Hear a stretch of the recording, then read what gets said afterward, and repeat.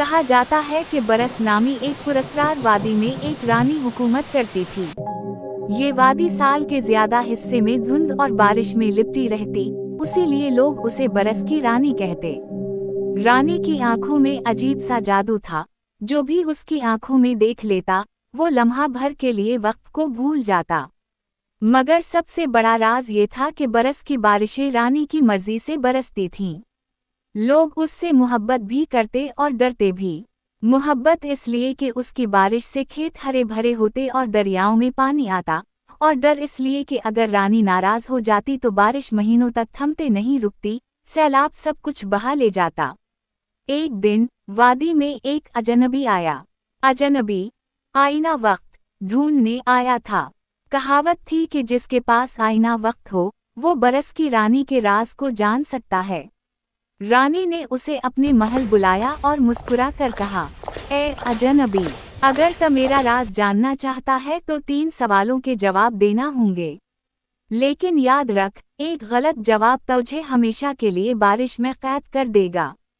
अजनबी ने हामी भर ली।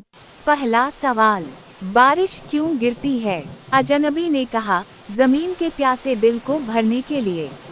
रानी ने हल्की सी मुस्कुराहट की।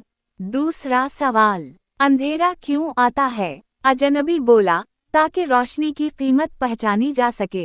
रानी की आंखों में चमक उभर आई।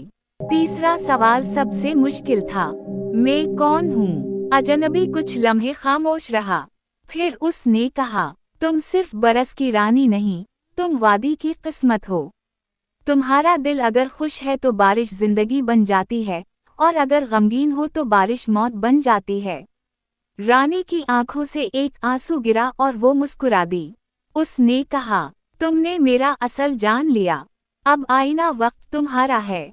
मगर खबरदार, अगर तुमने इस ताकत को लालच के लिए इस्तेमाल किया तो बारिश हमेशा तुम्हारे पीछे आएगी, चाहे सहराओं में ही क्यों ना जाओ। अजनबी ने आईना थामा तो उसमें अपनी तस्वीर नहीं देखी, बल्कि मुस्तकबिल के झलक देखें, जहां या तो वो वादी को खुशहाली दे रहा था, या अपनी ख्वाहिशात की आग में सब कुछ जला रहा था।